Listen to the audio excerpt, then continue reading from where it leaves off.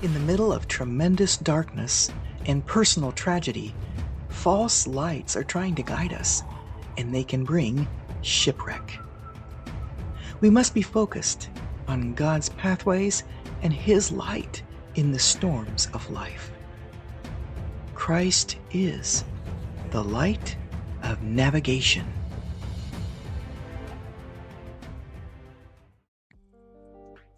Hello, and welcome to the Light of Navigation in this Reflections for Wisdom podcast.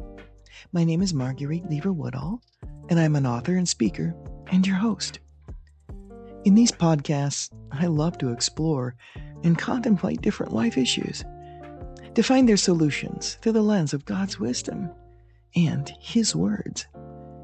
In this episode, called The Control Factor Illusion, I'm looking at and pondering what it means to let go of our control issues, especially when we feel alone, and choose to trust God instead.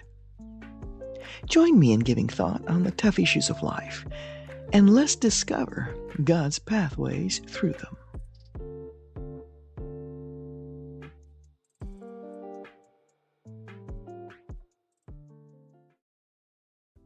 Here I am, once again, seeking answers to relieve personal pain, quiet all my fears, and give myself some peace. During my devotionals, I try to listen attentively for God's answers to questions I've asked. And sometimes those answers come quickly, but most often they don't, and silence lingers. I am guilty of demanding answers in uncertain situations to maintain some semblance of control over my life.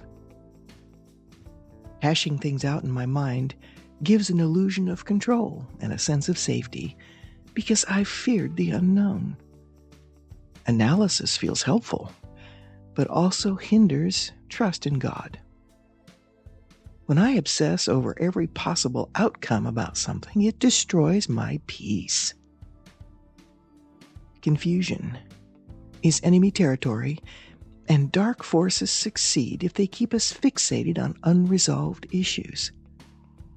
This fixation often comes from a futile attempt to control what we cannot see and figure everything out in advance. Few of us are comfortable with the unknown. Are you?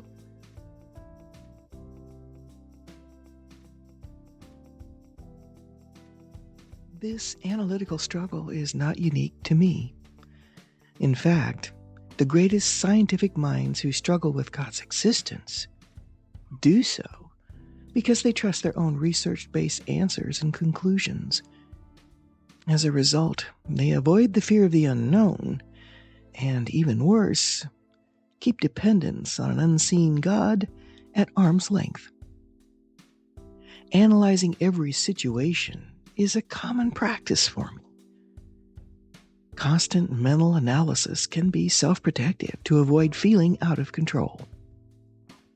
However, when analysis is guided by the Holy Spirit, it is a wonderful gift.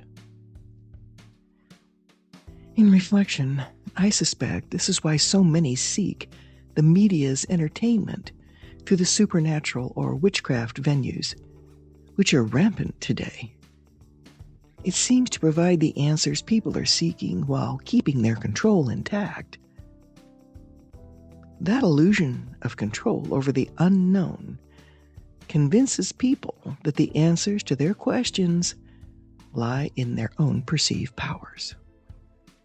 They become the answer, not God. The same applies to those of us who follow Christ. Trusting that God is loving can be hard, especially in the face of tragedy and hardship. We blame God for them, and we demand answers.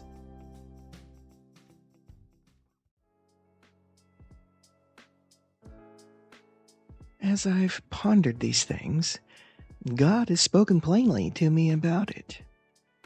He said, "Often, because you don't have immediate answers, you walk away, without expecting to hear one at all.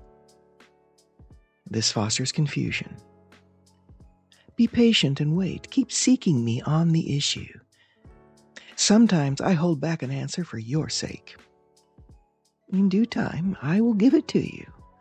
Wait on me in your heart, and I will speak my way and in my time. I want to learn to let go and trust God for the answers I seek. He does care and gives more answers than we realize. We often miss God's responses because we don't know Him well enough to recognize them, or because we're terribly impatient. Let's be honest, our awareness of His presence is often poor at best. Recently, I was forced to face the aching reality that I am truly alone. My only child has passed, as did his father years ago. As I process those losses, I experience the fear of being alone and learn to accept that I have little control over my life. I know this truth must be faced head on. I'm speaking of the emptiness that is a backdrop in us all, because no one can come through for us perfectly, if at all. The truth is, no one can fill us completely or love us fully, because we are sinful, imperfect people. And not only that, all the stuff this world offers to stave off the aloneness doesn't last long. It's always temporary.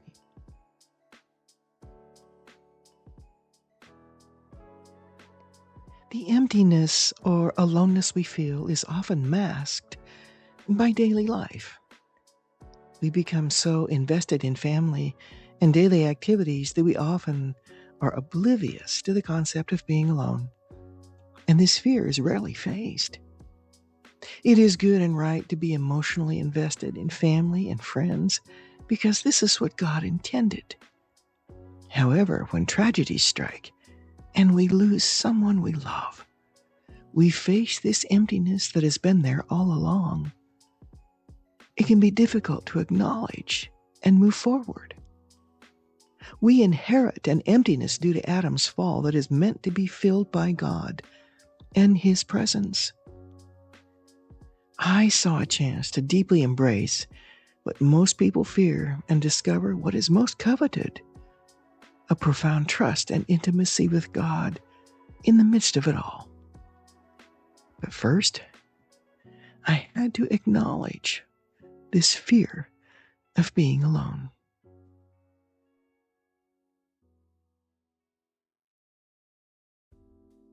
Of course, instead of facing this fear, I could hide behind a disingenuous attitude or pretend it doesn't exist. I could also try to cover it over with someone or something else. I made that mistake before by marrying someone years after my first husband's death that I should not have. And it was a very painful lesson. I was also caught up in addiction in my life for some time in the past. There is an opportunity for greater spiritual maturity in this paradigm shift in my life. However, I also see a paradox. First, I must embrace unwanted solitude to enter into the truth that I'm not alone. Although I do not like facing my fears, and no one does, to overcome them, I need to walk more closely with the God who made me, who made us all. Ultimately, it is possible to live free from the fear of being alone and the need to control life illegitimately. So there is a choice we all must make daily. It is a choice to run to God as often as we can to learn more about Him, to let Him become a larger part of us, and to rest in His unique love. I want to embrace God as my great fortress and stronghold where I am not alone, and He fills the emptiness that I feel. In His presence, it is okay if I'm not in control of my life most of the time. Above all, I want to remember to just be. Some call it living in the moment.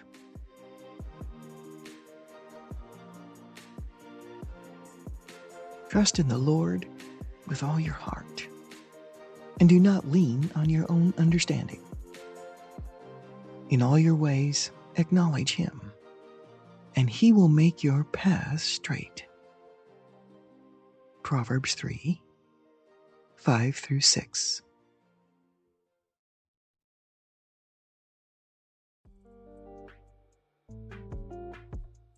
Thank you so much for taking time to listen today. If this podcast would encourage someone you know who struggles with solitude, please pass it on. Your comments are valued, and subscribing is also deeply appreciated. It's the everyday things that God does to comfort us that we can miss if we're not aware. God will lay a groundwork of comfort and direction ahead of time, just before a devastating life event. In the next episode of Reflections for Wisdom, titled Eye of the Storm, I share how this happened to me just before a tragic life event. There are the storms of life that come, but God desires to see us through them all.